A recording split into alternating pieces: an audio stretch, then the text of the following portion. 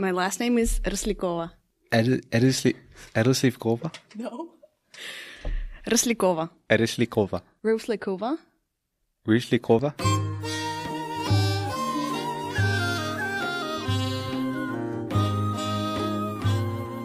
Welcome to the Settlers of Seoul podcast. I'm your host, Arius Dare. This week's guest is Masha Roslyakova. She has a lot to say on the Russian community in Seoul.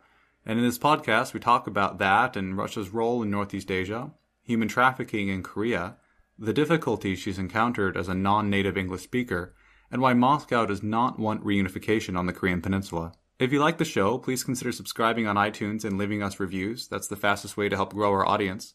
And if you or anybody else lives in Seoul or the peninsula, please do get in touch. We'd love to hear your story on the show. Okay, here's Masha. All right, I'm sitting here with Masha. Welcome to the podcast, Masha. Hello. Now, I tried to pronounce your last name, but could you introduce yourself, first and last name, in the native Russian? Okay, my name is Maria Roslyakova. So Masha is a master's degree student at Korea University. And I actually first thought I'd start off with, how did you end up on Goryeo-dae? There's obviously lots of fine universities in Seoul. What was it about this program that appealed to you? Basically, it was not about a program. It was about the university itself. And I am a KGSP student. So what does that mean? Korea Government Scholarship Program, which is, I think, the best scholarship program which Korean government can offer, and all private institutions as well. And basically, we can apply to 3 universities. And I don't know why, but KU was the only university which accepted me. So I didn't have choice. Can I say so? Yeah, because I applied with such an interesting topic for Korea. Seoul National University didn't want me in there. What was your topic? What kind of thing did you want to study? I did my undergrad thesis on anti-Americanism in Korea. I was pretty sure the Seoul National would not let me in with this topic. What was your main hypothesis? That basically anti-Americanism and what we think it is, it's not really what we see in Korea.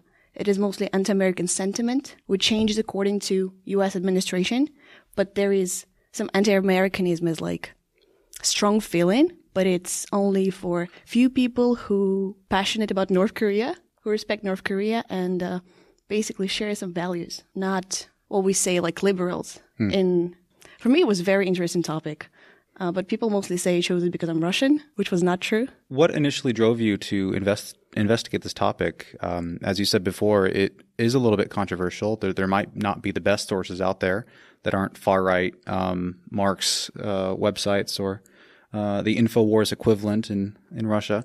What was your motivation in studying this?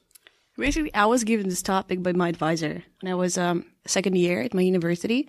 And when I saw the topic, I was like, anti-Americanism in Korea? Is it possible?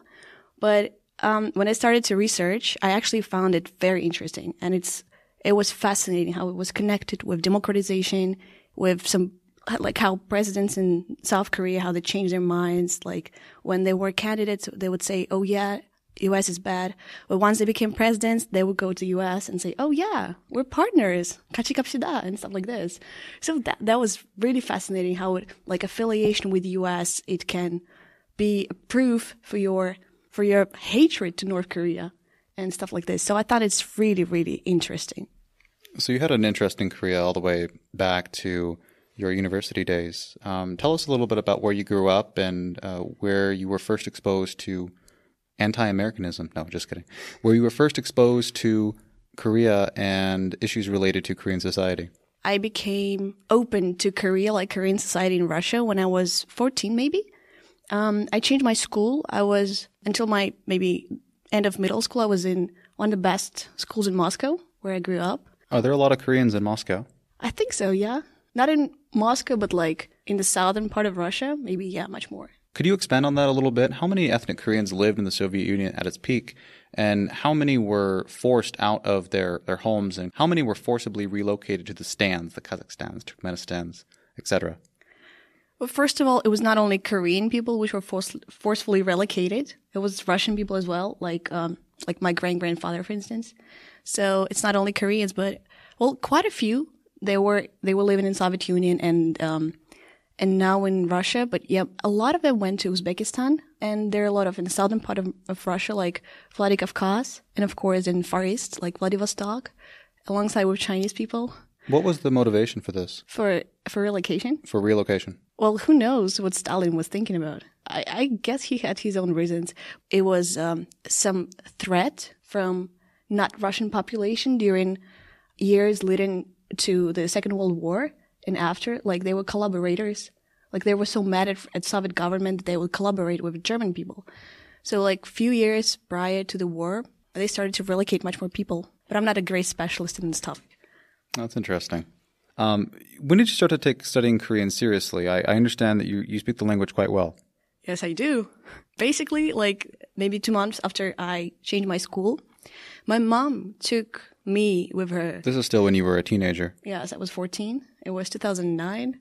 So she took me to Korea. I remember I came from Korea to Moscow and I brought some seaweed sweets and I was distributing to them to my classmates. And then my teacher came and she's like, oh, so this guy, like Korean guy, he went to Korea and got you those. And everyone's like, no, that's Masha who did it. And no one really understood where I was, where I had been. So Korea, where is that? Which one is it? Is it China? Is it Japan? Do they use characters? No one knew. I guess maybe 6 months prior to the trip, my mom started learning Korean. And so... But that's actually quite rare. I don't think that you have many, let's not say middle-aged, but a little bit older women picking up Korean on their own. What was her motivation for that? I guess she was just really trying to be exposed to a lot of new things. And she got interest in China, in Buddhism, in Asia, in yoga. So she was trying to explore. Nothing more Korean than yoga. Like Asian, yeah. But I guess the main factor probably is that Korean embassy in Moscow, like in many other cities, they offer free Korean classes to everyone. And so my mom somehow heard about this and she just went and started learning Korean. So your interest first started with your mom. When did you start to realize that this was something that you really wanted to pursue as a career, or maybe not a career, but as at least an academic interest? I think it started like 2 years ago, actually, because when my mom took me to Korea, I was really impressed because in my mind it was like, I don't know, villages, like Hanoi villages, people wearing these hats. And when I came here, I was really shocked because I saw skyscrapers and we went to the West Coast and I was surprised by the beauty, by nature, how it all was so like perfectly balanced. Everything in Korean, people were so good and food was amazing. So when people ask me how come I decided to major in Korean studies, I always say because of food, because it was really good, very cheap and very tasty. But when I came back, I didn't have any interest in Korea. Is there any Korean food in Moscow? There are some restaurants, yeah. Not popular. Not popular. Not popular. When did you first move out here? Was it during your undergraduate, or did you finish school in Russia and then come out for your soksa? Yes, I finished my university in Moscow. I majored in Korean studies. But actually, before starting my university, I really hated Asia. I was all American. I was like, hey, you listen to Russian songs? Are you stupid? You should listen to American songs. Are you watching Russian movies? Oh my God. Go and watch some American new, like, rom-coms, which are out. And I was going to go for American studies instead in Moscow State University. But last 5 minutes before the end of admission commission, I applied for Korean studies in my university, which is Higher School of Economics. And from that time on, I started to have some interest because I thought maybe like even if I don't get some decent job after Korean studies, I will have at least language. So I can work as a translator. But now I know that I will never work as a translator because it's very hard. Is there a demand for Korean translators in Russia? Yes, there is some. But basically, this field is almost 90% occupied by Korean because they are like bilingual, which is amazing. And I'm very jealous. So you go from absolute American apologist to writing your undergraduate thesis on anti-Americanism. That's quite the leap. Yes, I was very liberal. I remember in 2012 we had presidential elections. They usually have this vote spots in schools, and my school was one of those spots. And I remember how they were trying to fabricate some votes. And I was like, oh my God, I hate this system. We should be like America. But when I started to major like in Korean studies, when I learned about Asia, the history, not about like Russian history, but also about world history, I completely changed my views. How do you think the Korean studies field is different in Russia than, say, other countries? Obviously, I think that the academic world is quite dominated by kind of the Anglo-Saxon, American, UK schools of thought. But is there something unique about Moscow State or Russia in general that approaches the field that you think is quite different than other countries? Yes, sure. There is one particular thing. When you say Korea in Russia, like in the Russian academia, people would think about North Korea. probably until like early 2000s, all Korean language which was studied, it was mostly North Korean. The professors were Russian people who went to Kim Il-sung University, or we had North Korean professors, like some of them. But it's maybe only from the early 2000s we started to think Korea as South Korea, to associate this word with the South. But still, like older generation, Soviet generation, they still think of Korea as North Korea. And they still much more passionate about North Korea than about South Korea, which is amazing still. As attention started to shift southward, did positive or negative feelings increase? By that I mean much of the attention was focused on Pyongyang in the past and North Korea and Kim Il-sungism. As it moves to Seoul, was this greeted with antipathy? Was this greeted with positivity, curiosity? I think it all started with South Korea, with LG and Samsung, because they were the brands for electronics in our houses. When we started to have like real electronics, like real irons, real fridges, not the ones made by Soviet Union, people started to associate Korea with those. And I still think that Russian people are much more, they have compassion to North Korea, not because it's Korea, not because like they have some crazy people in there or smart people, but we see North Korea as symbol of anti-globalization, of something like Cuba, which stands against the United States expansion. And it could be any other state in the world, but it happened to be Korea. And for a lot of people, it shifted, of course, to South Korea, like it did for me, because in my university, we were doing South Korean studies, basically. We didn't pay that much attention to North, but there are a lot of people who would still say that it is South Korea who's bad, and it is North Korea who's doing good by developing a nuclear program. If you heard about recent assassination of Kim Jong-nam, I read some comments, and a lot of people say that it's South Korea who sent killers. So people feel that North Korea is just a state who we should help, not like an enemy or aggressor, not like this. Now, is this a common sentiment that you find among Russian people directed towards former Soviet bloc countries, former communist allies, or do you think that this feeling is unique to North Korea specifically? Yes, I guess it's pretty unique because a lot of former states, most of them, they turned to America, to the US. They decided to walk their capitalist way. And North Korea is alone, almost alone, is standing there and trying to defend itself from ongoing this anti-Americanization. So that's why I think people are really proud to know, like, to have such a state in the world which is almost fully devoured by the US. So you finished your undergraduate degree in Korean studies. And did you see yourself coming out here? Was that something that you absolutely had in mind, or did you want to look for opportunities in Russia? Before coming here, when I was still undergrad, a student, I was exchanged here 2 times. Where did you study? Once I was in Jeonnam National University in Gwangju, and one time in Seoul National University.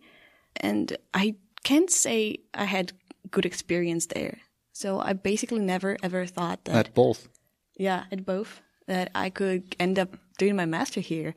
It turned out to be the different way. And I was basically, just for fun, I applied for this Korean government scholarship program and I got it. And yeah, I'm here because of that.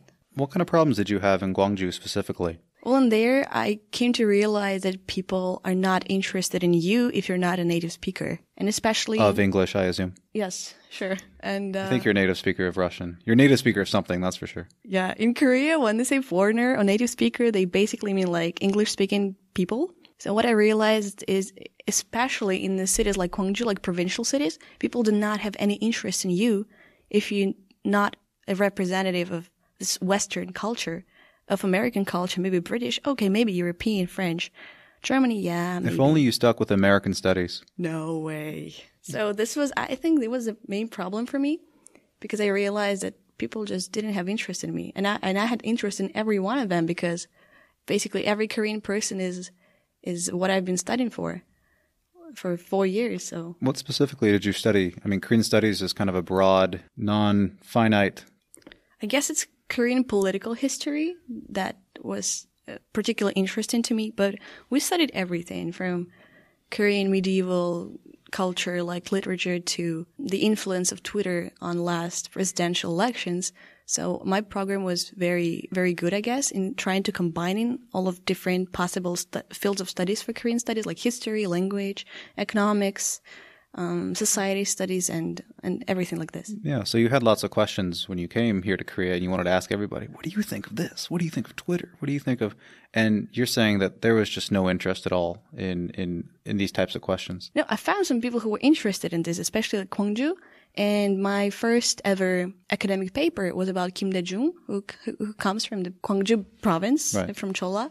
So there were some people who were interested, but people were not interested in me as a Russian citizen or in Russia. So I found it a little bit offensive.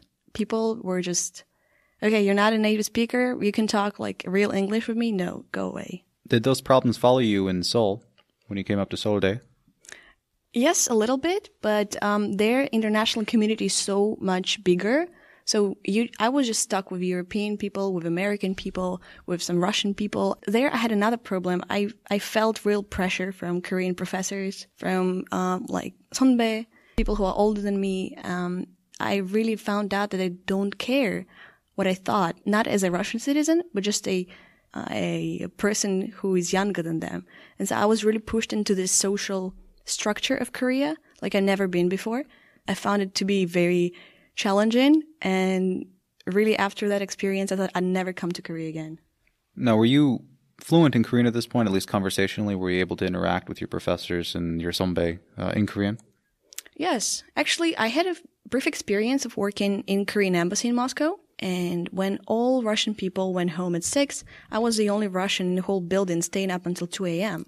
just because I spoke Korean. And I found similar situation when I was working for another Korean company. And because I speak Korean, people think I'm Korean and treat me like I am Korean, but I'm not.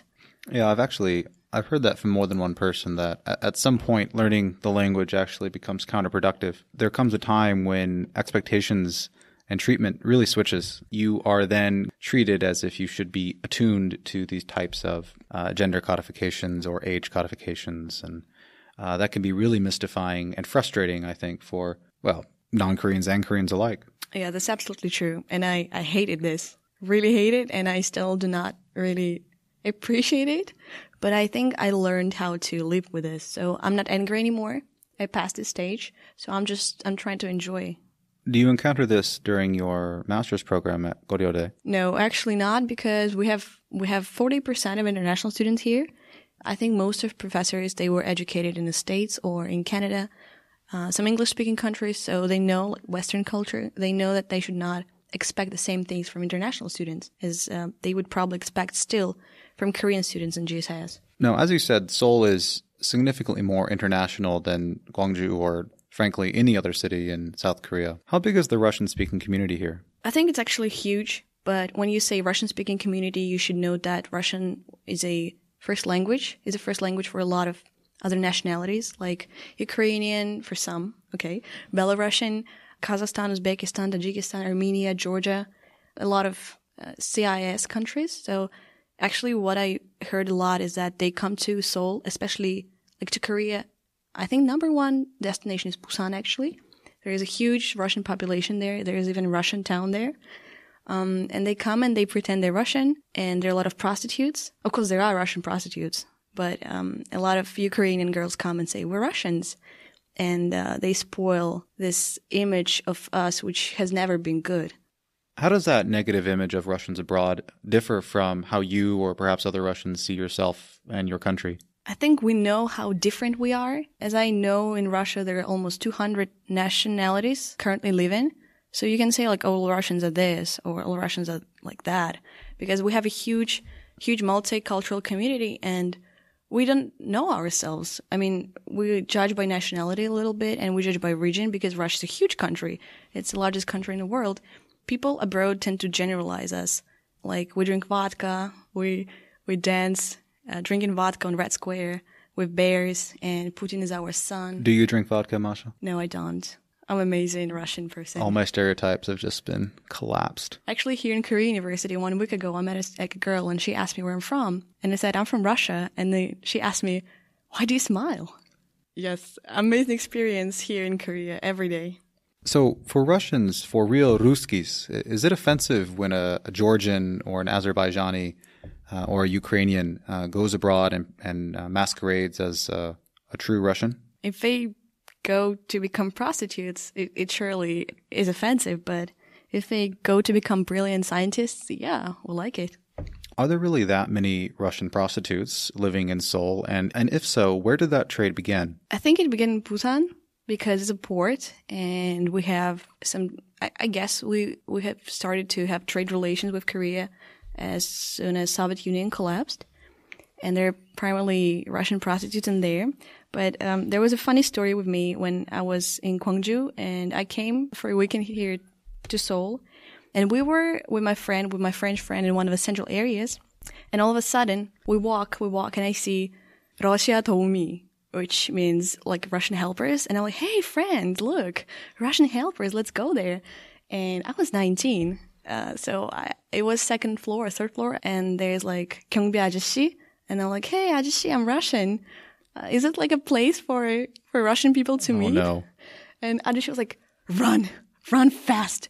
And so I ran away with my friend, and another Korean ajushi saw me running out of his Russia 도우미, and he started running after me. So he actually took me by the hand. Thought you were escaping. Yeah, he actually took me by the hand, and he said, hey, so you're a prostitute, let's go. And so actually I had to run for my life. Oh, it's terrifying. And it was in the center of Seoul. I know a lot of other Russian girls have, and I think like a month ago, my Russian friend, who's actually blonde and very beautiful and tall, she told me that she was asked in the street where should like this guy go to get women like her. It's offensive. It's really offensive, and especially a lot of people, they know how Russian people like Slavic people, their looks. They would say, oh, she looks Slavic. Let's have fun with her. So it's not only Russian women in Seoul, in Busan, or in Korea in general, which have those image. Actually, I know a lot of stories when South Korean diplomats go to Moscow embassy, like Russian embassies, and they think all Russian girls which surround them, they are prostitutes or ready to have some fun. So there have been a lot of scandals, actually, which South Korean Minister of Foreign Affairs was trying to push down when they were trying to assault, harass sexually a lot of girls. I know those girls. I know how a lot of South Korean officials spend their money on, not their money of the embassy. They spend on like prostitutes. And so they think that a lot of Russian women are like this, even when they come to Russia. How is prostitution received in Russia? I'm sure it's regional, but in Moscow specifically. Is it generally frowned upon? Is it straight up illegal? I guess it's illegal. I've never seen a prostitute. Like, when I know she's a prostitute, no, I've never. Is it something that is generally encouraged? Like, let's say you go out drinking with the boys and you're single and you want to have a good time. Is that a common thing that happens? No, not at all. So these Koreans really are off base, and their expectations are built from this, I assume to be illegal sex trade operating in Seoul and Busan and other cities. Yes, I guess so. And I think it has a roots in all those Russian women who came here to Korea after Soviet Union collapsed. Because in that time, people didn't have money. They would just flee to neighboring countries, and they would do what they can just to gain some money, right? And a lot of women would go to be prostitutes. And I think we have the same now with the crisis we have right now. And actually last May, South Korean government put restrictions on Russian women coming to South Korea because of the illegal prostitution, which started to skyrocket here. Now, are there services for these women? Are there resources that they can draw on for help, for medical services, for education? Yes, maybe. There are some networks. I mean, like specifically, does the government recognize this problem and provide resources to help these women maybe get home, or at the very least provide protection and medical services? The South Korean government. The South Korean government. I don't think so. They just say go away, go back to country. They don't recognize this problem. They don't have it codified down anywhere. I'm pretty sure they recognize it as a problem, but they don't want to spoil the relations that we have because it's very fragile right now. And so they just try to to do it quietly and just send them back. That's what I think. Well, you've only been in South Korea for a couple of years now, but during that time, have you noticed a big shift in relations between Moscow and Seoul? Yes, yes. I guess everyone saw this huge shift in March 2014 after the Crimea crisis. I remember that was Sochi Olympics, and I think it was Lee Seung-chul who came to Sochi to present Pyeongchang as next capital of the Winter Olympics. I like to call it Kim Yeon's revenge. This is a different story. I don't like this. Not girl. I just don't like the story because we won the gold. And we actually took their short tracker, An Hyun-soo, who is Victor An in Russia, and he took 3 gold medals for us. Oh, that's the speed skater, right? Yeah, and they were all mad about it. So I remember how we had this wave of international recognition, and from South Korea as well after Olympics. And then straight after, we have this Crimea crisis, and it all started to just go down. All the efforts which we had been doing from the collapse of Soviet Union, it just became, I don't know, bubbles. Like you felt this in South Korea. Yes, I did feel it. And especially since in Seoul and like even in Gwangju, international communities was bigger than I could expect and I could ever meet in Moscow, because if you don't work in some international company, you'll probably never get to meet foreigners. And so I noticed how they started to perceive me differently. I remember when I came to Gwangju, there was a group of Europeans who got drunk and started questioning me, like what I think about Putin, how like is he really a terrible dictator? Ordinary Koreans, they were indifferent. They were just like, okay, our media says Russia is bad now. Okay, Russia is bad. So that's the general attitude of the young people which I met. Are there significant differences in the non-native speaking community of Waegogins compared to the Americans, the Canadians, the Australians, et cetera, et cetera? It could be behavior, it could be professional opportunities, it could be the type of people that generally come. For example, a lot of the Americans and Canadians that you meet in Seoul are generally quite young, social science, humanities majors that had a hard time getting a job. They want to see Asia, explore, so they come here, teach English for a year or two. They're a bit transient, and then they go home and continue on with whatever it was they were doing. Do you find that it's the same type of transience in the non-English speaking foreign communities, say the Russians or others that you interact with, or is there a different character to them? Actually, what I found out is that majority of American people who come here to Korea, they are pretty well educated. They do not regard Korea as a former colony or a place you can just throw trash on the street and be okay with this. But a lot of European people I met, they are not uneducated, but they're just not as familiar as Asia probably. And so I met a lot of people, especially in Gwangju, who just thought of Asia as just trash, literally trash. But I rarely met American people who behave like this. And so that totally changed my perception of American people. Yeah, we're not so bad, right? Yeah, you are not. You mentioned a shift over the last 2 years. You know, Koreans may not be as maybe sensitive to Crimea or Ukraine as, say, the Americans are, or maybe the English-speaking world. But when you introduce yourself as Russian to the average Korean, what is the response that you get? Is it just pure indifference? Is there a particular question that you often get? For example, the girl from the Netherlands who asked you if you drink vodka while riding a bear in the Arctic. Are these perceptions different from, say, the average American question about Russia or the average European impression? Well, it is surely different because if you know Korean people, you know that would never ask those questions when they first meet you. They would say, "Oh, Russia." Like if I say I'm from India, "Oh, India." So, it's the same, and they will never ask me those questions. But probably a lot of them just ask, "Oh, so like, yeah, let's go and drink vodka. Are you warm enough?" Basically, yes, stereotypic things they go, but they would never actually ask me the questions which European or American people would ask about politics. Historically, what have relations between Moscow and Seoul been built upon? I know it hasn't been terribly long since relations were officially formalized after the fall or right about the fall of the Soviet Union. How has that evolved over the last 25 years? So our relations, we say that it go back to 13th century because at that time Korea was occupied by Mongolia. We always say that first a Russian and a Korean met in Mongolia at that time, and then it's end of 18th century and the end of last Korean emperor. He ran away to Russian mission in Seoul. He actually, our ambassador to Korea was one of his best friends. And I believe it was the Russians that introduced Korea to coffee. Yes. And now there's a cafe literally every meter. Yeah, so it's thanks to us that you can drink coffee here in Seoul now. And what I heard from Koreans is that they think that it was kind of humiliation for them that their emperor ran to Russian embassy. Basically, if you look at old photos from coronation of Nikolai II, who was the last emperor of Russian Empire, you will see in a crowd there are some people with Korean flag, which is now South Korean flag, and this is fascinating. The history, it goes back, but we have this kind of special history with North Korea, given the fact that basically the second ruler of North Korea is actually Yuri, who was born in Russia, in Soviet Union. I think a lot of people gained interest to Russia after Soviet Union collapsed. They were like, oh, new country, new world, but it lasted maybe for 2 years. And then after Crimea, it all fell down.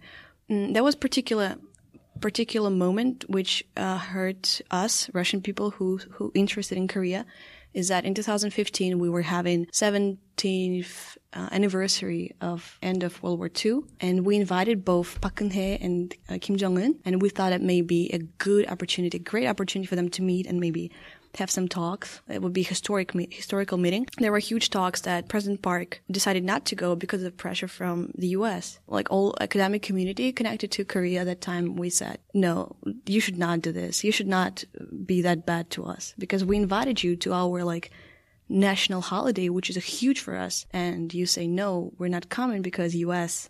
said you should not. So for me, as a Russian person, that was a shift to not seeing Korea as a white sheep as I used to see it. As a Russian native speaker, do you think that learning Korean was easier or more difficult than it would be for somebody like me from the Anglosphere? For a lot of English speakers, they are not accustomed to learning language. A lot of American friends I have, they learn Spanish, maybe Italian, maybe French. But these language are lexically, if I can say so, connected, and they have same Latin origin. But a lot of Russian people, we learn German, we learn English, and it's total different world for us.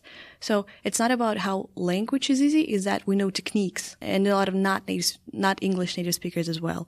But for me, Korean was okay. It was challenging. It really was. Are there a lot of materials for Russian speakers to learn the language? So, as I mentioned before, it was all North Korean that we had. So, a lot of books were heritage of Soviet Union. They were basically books of North Korean Korean. We had to make a clear line, to draw this clear line between what is Korean, basic Korean, South and North, and what Korean is North. So we had to distinguish the words which are not used in South Korea anymore. But as we learned, not a lot of Konglish, I assume. Yeah, not at all. And we had to learn really strange words. I didn't know them in English, but we were looking at it and just pass the test. And that was all that we needed to learn them for. But as we learned the basic, we were moving on to Korean books, which were provided by KU or Kyung University or Yonsei. So it got easier, and Konglish appeared, of course. Wild Konglish appeared. So when you speak Korean, do you have a bit of a North Korean accent, or do you use antiquated words that normal South Koreans don't use at all? No, not at all. Wow, that's no fun. Sorry. But every time I go to Korea and I use Russian Airlines, the flight attendants, they speak in North Korean. So they say, 안녕하십니까. And this is really funny. But they speak really good Korean. Can you give us some more? Can you give us some more North Korean phrases? No, sorry. All North Korean I picked up. It was from some South Korean dramas, which depicted North Korean. So, and actually, I have a classmate with whom I was studying at my higher school of economics, and she went to graduate degree. She went to Moscow University of Foreign Relations, which is basically where, before the collapse of Soviet Union, it was basically the only place you could learn Korean at. And it was North Korean because we didn't have diplomatic relations. And she comes there, and there are only 3 students currently enrolled at Korean Studies program this year. And both of them, they did undergrad in the same university. And so she comes there, and her professor, oh, you have never been to North Korea? Go. And so she's actually going to Kim Il-sung University this summer. We think it's really crazy that we'll be on the same peninsula and we're really close friends and we will not be able to see each other. How do Russians travel to Pyongyang? I guess from Vladivostok, maybe flights there. And I heard a lot of stories from South Koreans who went there and they see those North Koreans and they know they're North Koreans because of badges and stuff, but they cannot approach them. National Security Act in Russia, because you can find both of them. This is really fascinating to watch. So North Koreans and South Koreans are freely able to enter and exit Russian territory. Well, North Koreans have domestic restrictions, so if they're allowed, yeah, they can. And actually, in my university, I saw them in one room. And that was exciting. Was that the North Korean room? No, it was my university room.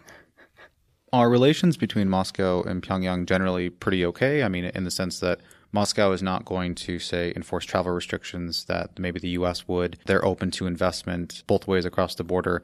In Vladivostok, for example, do you have a lot of investment coming from North Korea or vice versa? There is no investment coming from North Korea. In relations to North Korea, there are like two huge sides of Russian diplomacy in general. There is political side and economic side. We want North Korea to give up nuclear weapons. We want unification. But at the same time, politically, we don't want unification because it means that the American bases are going to be right at our borders, and we have 17 kilometers borders with North Korea. In terms of economic situation, we would like to engage a little bit more with North Korea, but there are apparently not so many things we can engage with North Korea because they I guess you have energy, oil. But there's so limited infrastructure at this point that it's a little bit hard to enter into any type of long-term contracts that Gazprom really likes. Yes, we had actually a small project which is called Hassan Rajin, and it was a 54 kilometers railroad between North Korean city and Russian city, and we invited South Korea to participate, and it was a pretty good, very small, but pretty successful economic cooperation between three countries. It's an ice-free deep water port, if I remember correctly. Yes, it is. But South Korea withdrew without any explanation and any notification. Maybe just to clarify my investment comment, North Korea is quite notorious for opening up brothels and restaurants and other type of establishments. They'll bring in sex workers waitresses to service South Korean businessmen or Russian businessmen or other clientele. So are those, as far as you know, in business, in service in Vladivostok? There must be. Of course, it's unofficial. On official level, I can say they try still to engage in railroad cooperation because maybe a month ago, we decided to sponsor a team of North Korean specialists for educational program in Russia for railroad building, if I can say so. But yeah, I'm pretty sure there are some waitresses in Vladivostok. But at the same time, they face huge competition from the Chinese, from some Korean. So I'm not sure if it's successful. It seems to me that Russia could really kind of care less at this point about what North Korea does or doesn't do. Is that too strong of an opinion to have? Is Russia much more invested in Northeast Asian security and stability than they've acted like in the last couple of years? Well, we're all interested in stability, and what South Korea wants to do is that they want to make the North give up their nuclear weapons, so it will be easier to break the regime down and then just make North Korea their territory. But what we want to do is we want to be cool in international society, in a global society. We want to say, yeah, we hate nuclear weapons, so let's do. But we know that if it really works out, we will have an enemy state basically on our borders. So we want to seem cool, and we try to cooperate. Yeah, 6-party talks, but we never ever, I guess, thought about it in a serious way because unification from political and security perspective is not what is advantageous for us. We said enemy state, but I think the current administration is quite friendly towards Moscow. Oh, it's not. When she ignored. I mean, can I say that it's she right now? Oh, I'm sorry. I was talking about Donald Trump. Oh, Donald Trump. Well, Trump mania is over in Russia. I promised her before we started this podcast that I wouldn't ask about Donald Trump specifically. So I'd like to honor Masha's wishes. Well, let's go to a more benign question. What has been the biggest thing that has shocked you or surprised you about living in Korea? Say, what you expected being a Korean studies major in Moscow versus your time here? A very hard question. Well, basically, when you study, you do Korean studies, you don't expect anything because being Korean studies major in Moscow, it means, maybe you can find a job in the embassy. But in the embassy, like Koreans do everywhere in the world, they prefer their own people, and they don't treat you on the same level as they treat their fellow Korean people. And maybe you can work in a Korean company, but there are a lot of stories about how Korean people generally in Russia, they steal a lot. And they don't want Russian people to know Korean. So they'd rather take someone who doesn't speak. You have no opportunities, basically. That's why you don't expect anything. And when you come to Korea, like, I had certain images from, like, movies, maybe dramas, because I used them a lot and effectively in order to learn Korean.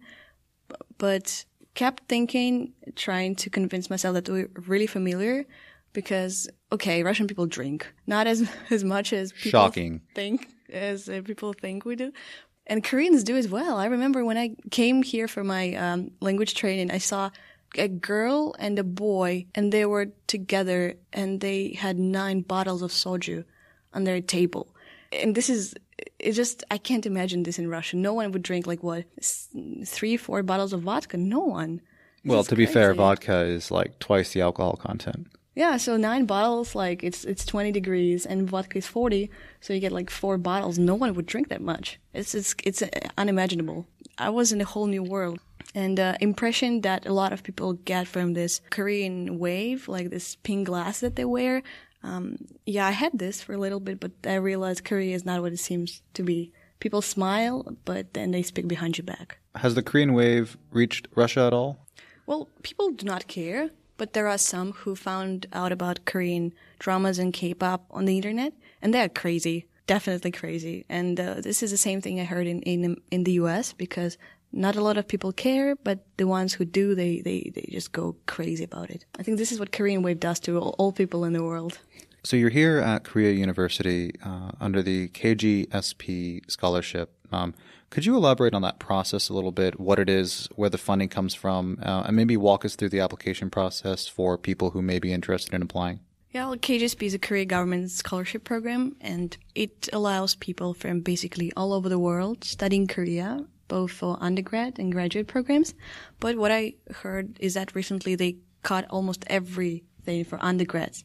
But for graduate program, it's about 700-800 people a year. There is quota for each country. For last year, when I applied, it was 20 people from Russia, 10 through embassy and 10 through university track. So you apply straight to your university. But when you do through embassy track, you can actually choose 3 universities. They choose you according to your study plan and what you're going to do after your graduation. So are you going to go back home, and maybe you want to stay here and establish relationships, like help to develop trade relations, something like this. Do you think it's a competitive process? It is. It is. Last year when I applied, it was the most competitive for 10 years in Russia. Nice humble brag. It is.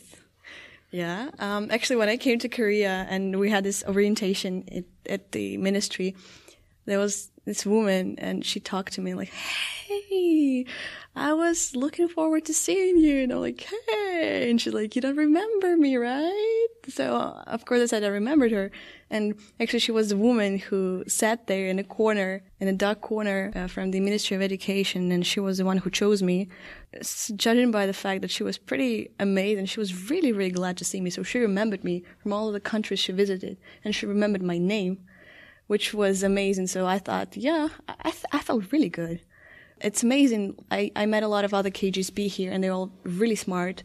And I'm glad that I can be a part of this huge and amazing KGSP community.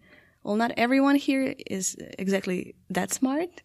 Sometimes I wonder how people got through this program so I don't know the exact criteria, but in general, I think it's really smart people, and I felt really confident about myself after getting it. Walk us through the timeline here. So when is the application period generally? How long does it take from when you first submit the application to when you're sitting in a Korean classroom? For a graduate program, it's February and March. I think this year it's until March 20th that you can apply. I think in the beginning of June, you get the final results. You arrive here in the end of August. So it's March? So 6 months is... Generally, you have to do a Korean language program for up to 1 year before. Now, yes. Were you exempt from that? Yeah, sure. I got level 6 in 2015, so gladly. Another humble brag there.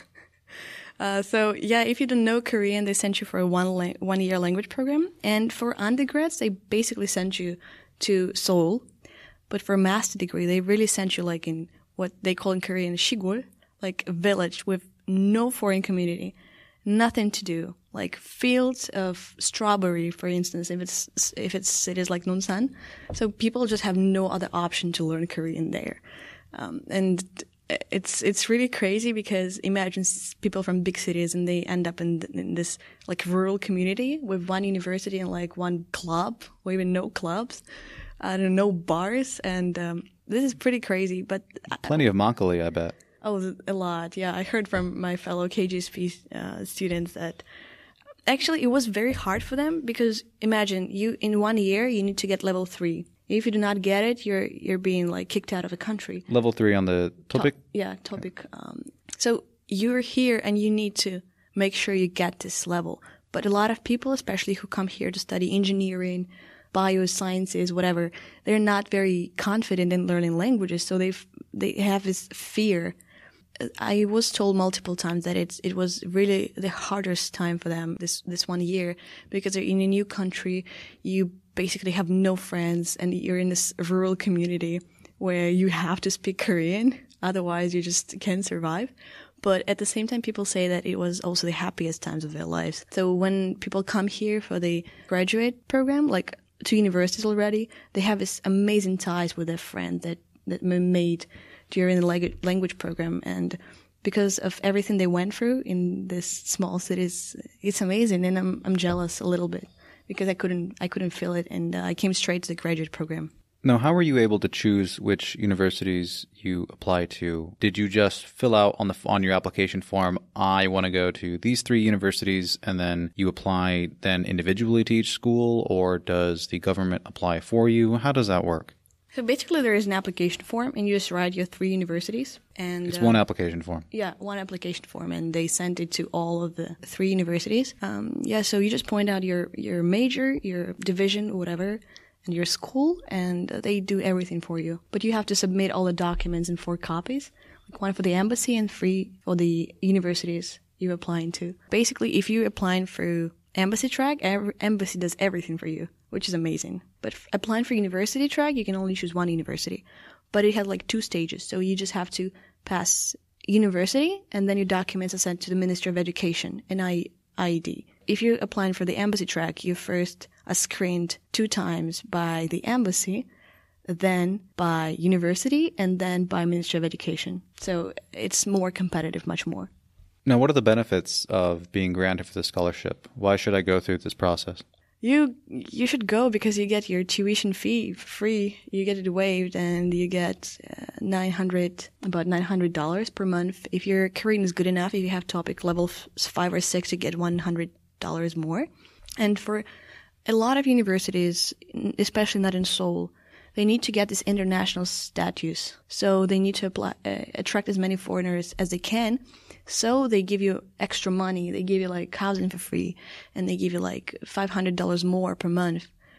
They pay for your dorms and stuff like this. So they try a lot in order to become an international community, build up this international society. And I think it's great. But another thing is that Korea is not really prepared for what it claims to be, if I can say so. Global Han. Global Han. No, it's not global. They pretend to be, but not.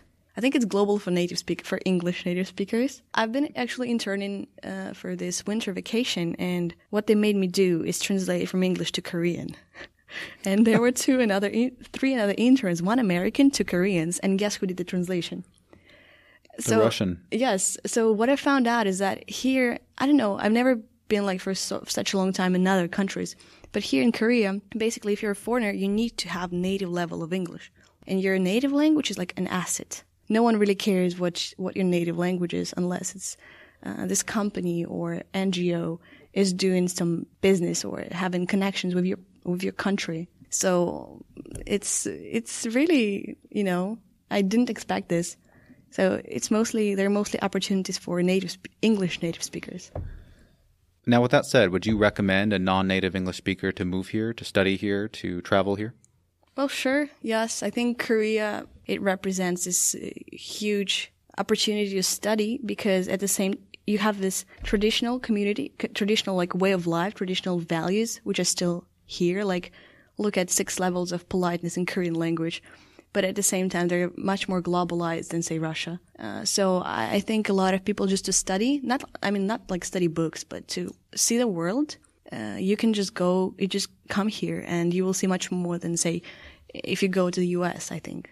All right, we're getting towards the end of the podcast. I'm just going to ask you some rapid fire questions. You can take as long as you need to answer them. What is the thing that you miss most about Russia? Blini. What is blini?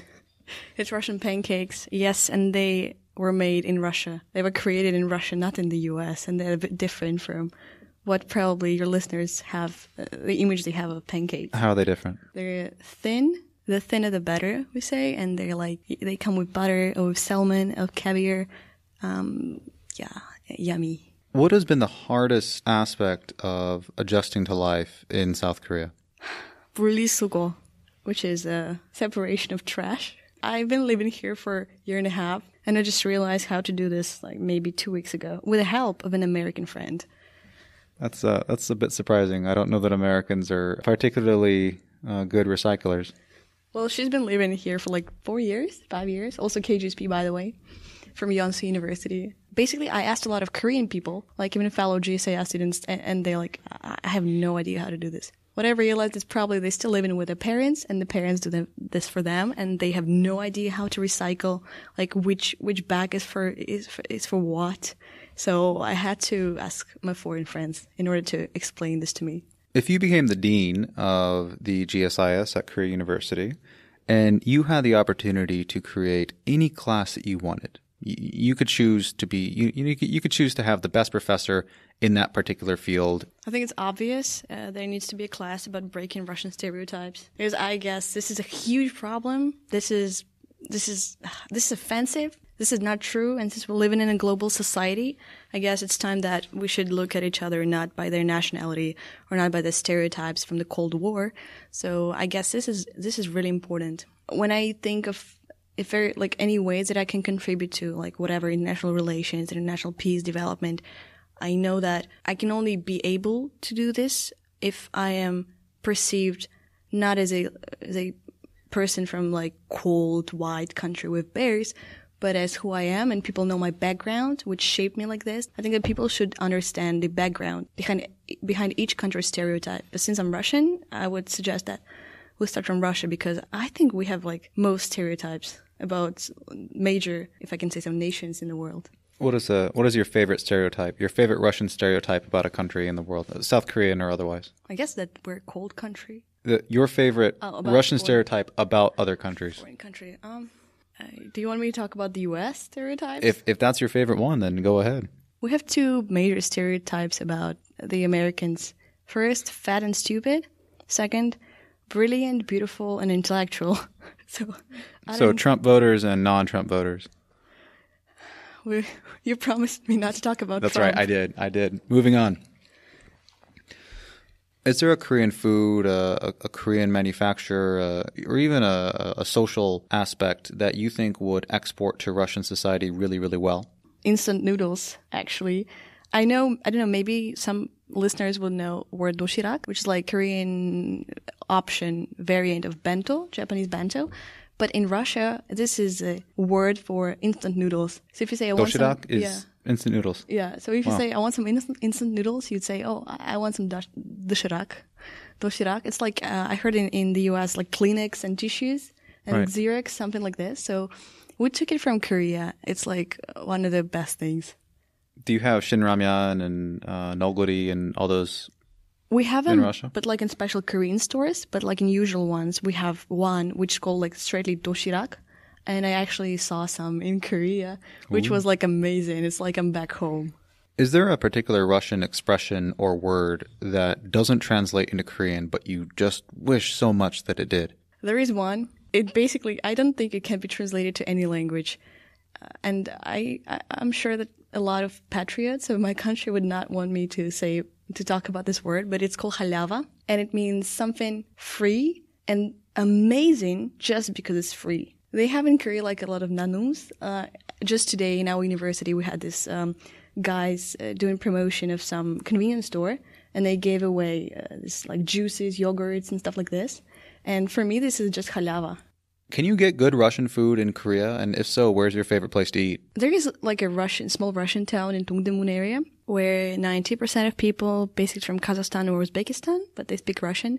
And I think they have even like nail salon for Russian speakers who cannot go to Korean nail salon. There is one place, don't remember the name, but so anyway, Dongdaemun area is like the best one. There is a famous Russian restaurant in Itaewon. I heard that it's not that tasty and very expensive, and the portions are so small. So if you want to go for Russian food, it's basically Dongdaemun. Probably one of the last things that I want to mention is that Russian community here in Korea are not all prostitutes, not even women, they're not all prostitutes. I think there is also a huge IT community. I think we have a lot of IT professionals and really intelligent people who are asked to come here to work for like Samsung or LG or whatever. This is how a lot of women who people think are prostitutes get here because they just follow their husbands. And I think probably the best blogs about Korea, it was certainly blogs of the wives of the IT men, can I say so, who work here for Samsung. So there is a huge, significant intellectual community here who are actually professionals, and I just want the world to know about it. What do you think are some steps that the Korean government could take to make the Russian community feel more like members of the community, or to remove stigmas, or to just create better opportunities as non-native English speakers? Well, actually, they tried to do a little bit of this in Seoul Global Center. Actually, in December... What is the Seoul Global Center? Seoul Global Center is a center in Seoul which helps to foster global community, help to make people adapt here. I think they offer even like free Korean lessons, free driving lessons, free like workshops on how to establish business in Korea, in Seoul. I think they're doing a great job, and they recently started doing some things for Russian people. Like they started to provide its service in Russian. They have some people speaking it. And actually, what I found funny is that this last December, they started internship program, and they wanted people from Japan, Thailand, and China, of course, and India. And they wanted some people with native Russian skills. As I remember, like Japanese people, they were asked to do some tourist connected text translations, and as well as China. But for Russian speakers, they wanted to research on canalization, which was very unexpected for me. And I applied. I really applied because I was just curious about it, and I got it. I mean, I got it to the second screen level. Have you experienced an interest in Russian studies, Russian literature, Russian history among the academic community in Korea? Is there a particular professor or department at a university that does exceptionally good work? I met some people and some students, some professors from Russian language and literature faculty in Seoul National University. And actually in Korea University, one of the professors used to be ambassador to Ukraine and Georgia. He has like his community of students who are really interested in like diplomatic relations and stuff like this. Because I think there is definitely a future for our relations. Maybe. Where do you see that future going? I think it depends on South Korean administration. It's because we're always ready for any economic cooperation, and we try to involve a lot of businessmen, a lot of companies. But because of this Crimea incident, they thought that political issues are more important. A fellow KGSP student, by the way, a girl from Russian city Irkutsk, she told me the stories which go back to 2012 Putin election. In Siberia and in Far East, they started a campaign, independent movement. They wanted to become a separate country because they were like, hey, look at the tax system. We have all the gas, we have all the oil, and all taxes go to Moscow. And we have nothing here. Like, it's underdeveloped in so many ways in comparison to European part. And there were huge talks about how they need to be independent and become like whatever, Siberian Republic. And I heard about this, like, but I was like, oh, no, that just cannot be true. And I met this girl here, and she told me how huge this movement was in Siberia, in Far East. And I realized that maybe not unification itself, but at least some economic cooperation between Russia and Japan and Russia and Korea it is essential in order to keep our own country unified.